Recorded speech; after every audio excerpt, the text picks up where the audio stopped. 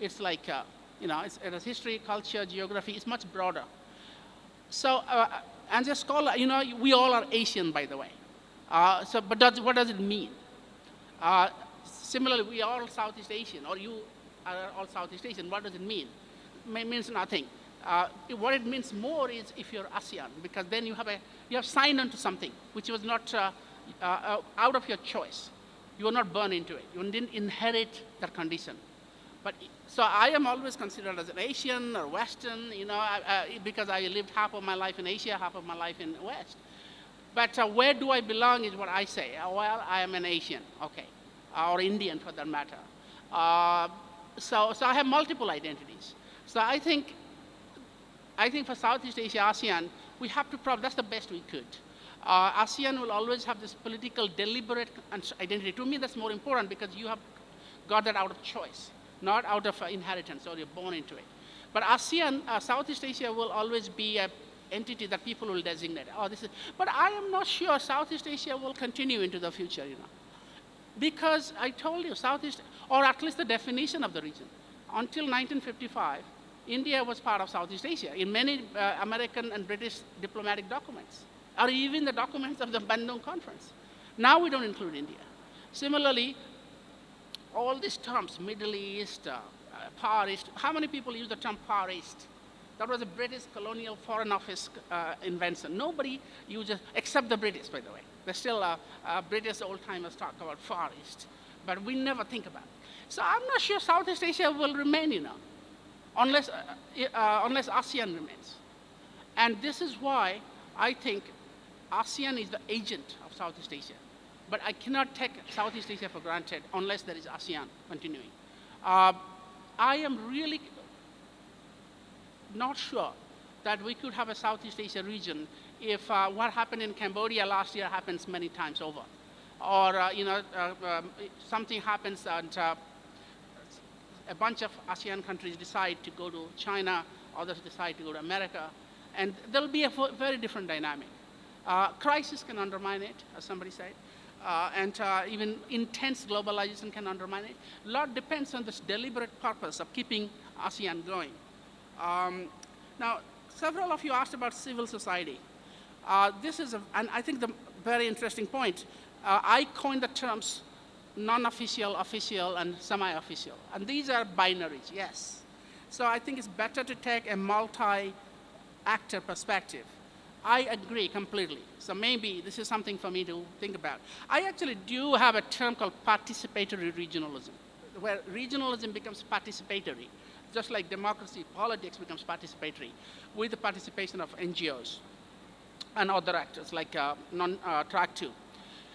But again, even that participatory regionalism was partly because I was looking at it from my vantage point. You have a bunch of elites who created ASEAN and kept it going.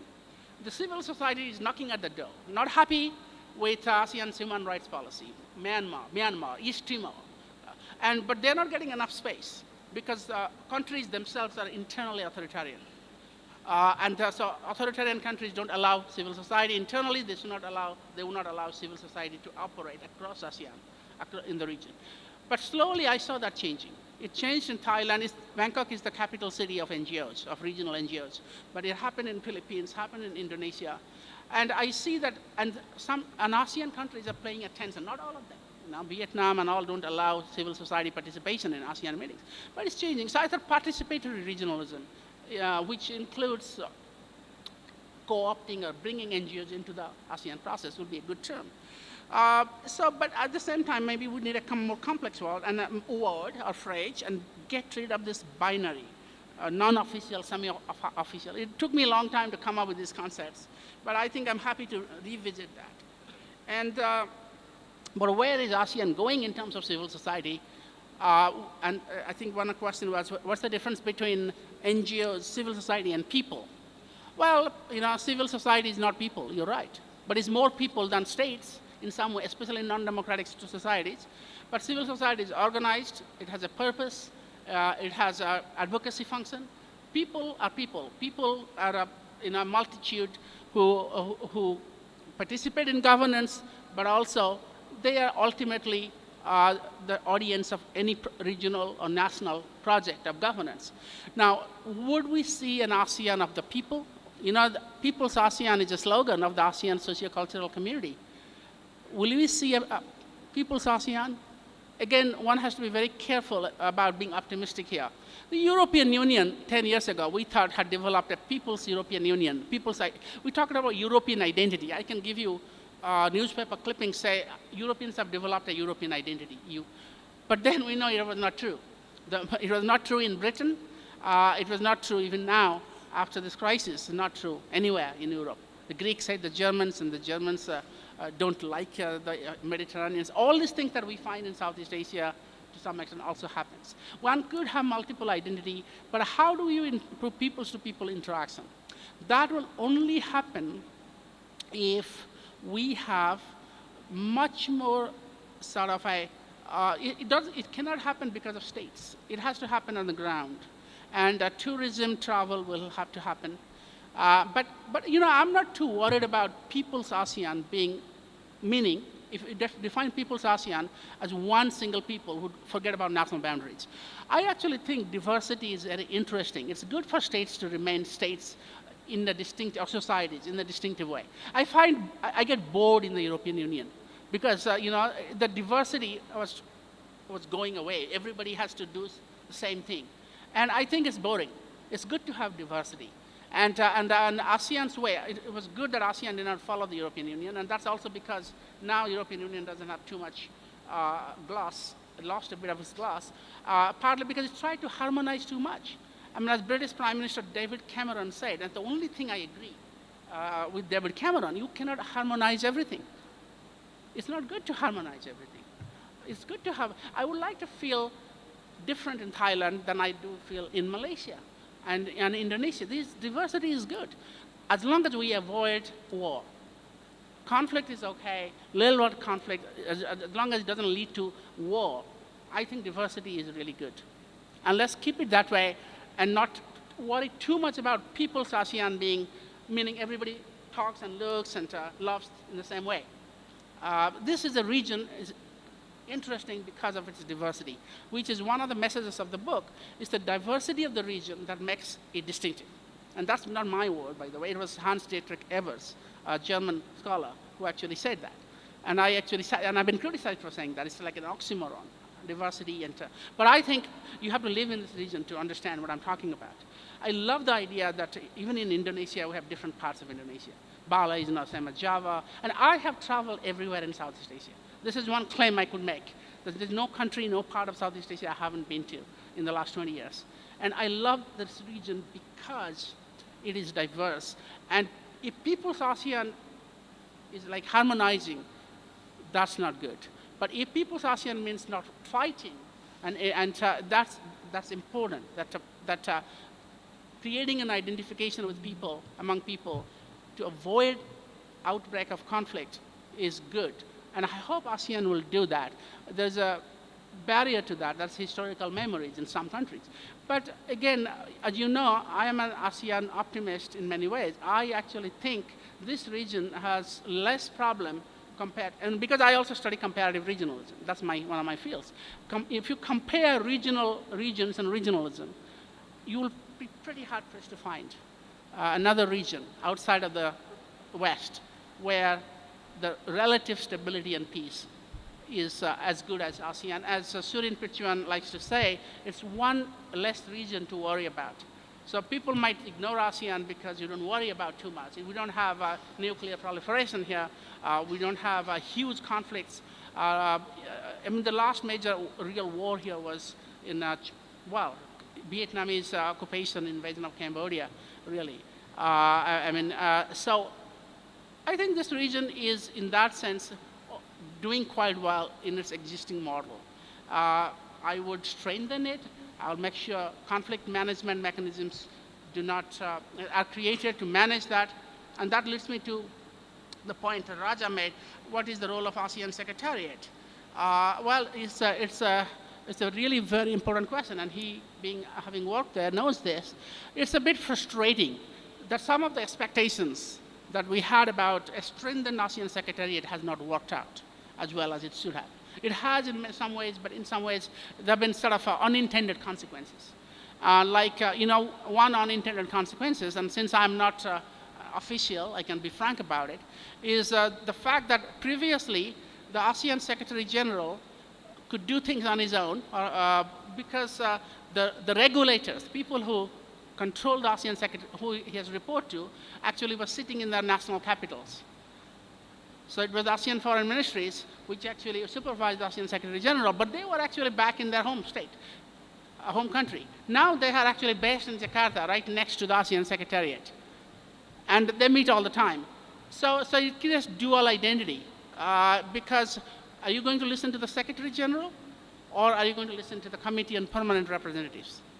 And the temptation is that since they are the bosses, really, that staff could go and talk to them. And the Committee on Permanent Representatives, with some exceptions, have grossly violated its mandate. This mandate, if you ask them, and I've asked them, is not to interfere, not to micromanage. They have done nothing but that. And there were many examples that both Raja and I would know, and others who know. They have micromanaged the ASEAN Secretariat in a way they're not supposed to do. But understandably, because ASEAN countries still think as sovereign states. They think empowering the Secretariat and the ASEAN Secretary General, especially a very adventurous one, who is a politician and not a bureaucrat, is dangerous because it takes sovereignty away from them. So it's an understandable response, but it's an unintended response, because if the intention from the ASEAN Charter, the ASEAN Eminent Persons Group, which I followed very closely, was to actually give some autonomy, give some authority to the Secretary General. Hasn't happened.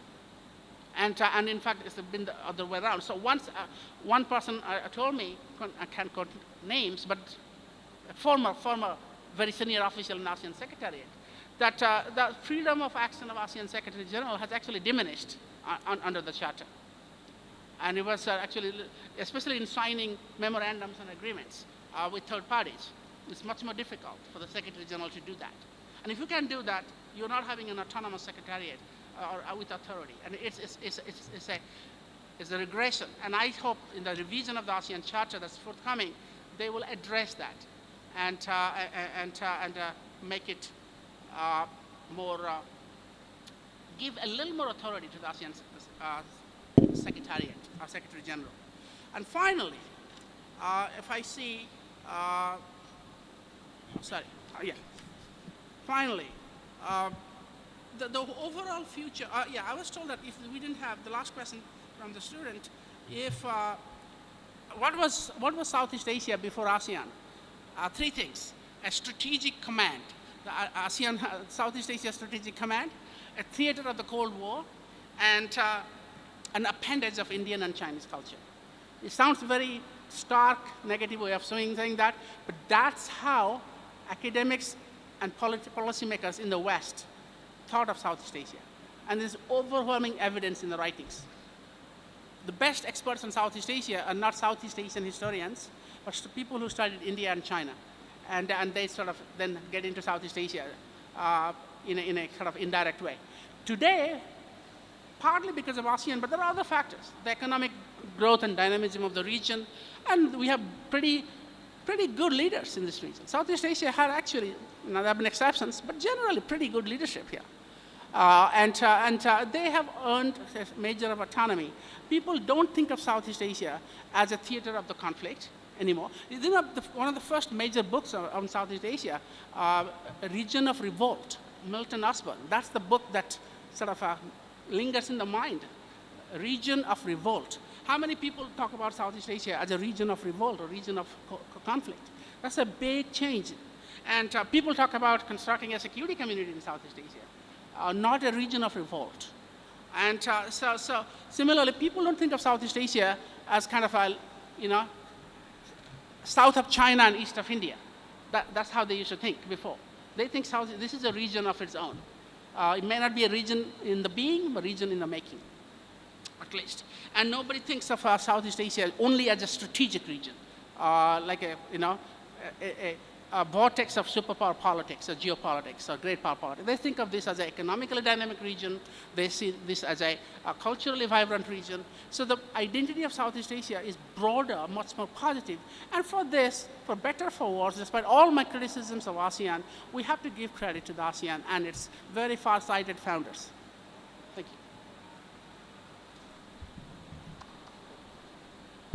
ครับ Thank you อาจารย์ Amitav Acharya and in fact I call him Achan because the word Acharya is a Sanskrit origin of the word Achan anyway so it's the same thing and before we finish our session today there's one very interesting piece of information that I would like to share with you. It's a new book by Professor Amitav Acharya called Civilizations in Embrace, The Spread of Ideas and the Transformation of Power, India and Southeast Asia in the Classical Age. So I'm sure for one I will order 3 copies, one for the Political Science Library, one for the Central and one for the Indian Study Center for the center myself. So if you are interested, this is of course there is a leaflet where you can order. It's an order form available on the desk there as well. Okay, and of course we end it here today. Thank you very much for our ASEAN Study Center. If you would like to see the logo, it's somewhere there called Soon ASEAN Siksa ASEAN Study Center, working very energetically, very fast, rapid, trying to, of course, bring about ideas for people to exchange how to make sure that ASEAN move forward as well among academic people and, of course, others from outside university. So thank you very much for all the discussants here today. Professor Amitav Acharya, Achan Sutipan, of course, the main organizer, and please make sure that there are other programs and sessions and you can pick up the leaflets there. See you all again. Thank you very much. ขอบคุณครับ สวัสดีครับ I missed mentioning the question, but I had this in mind. I think this idea of how social media and the internet ขอบคุณครับอาจารย์ ขอบคุณมากเลย ขอบคุณนะครับ ขอบคุณนะครับ identity is really very good vision. Thank you. Thank you very much. อาจารย์สุริชัยมัน Could you please leave the evaluation form at the tables before leaving, please?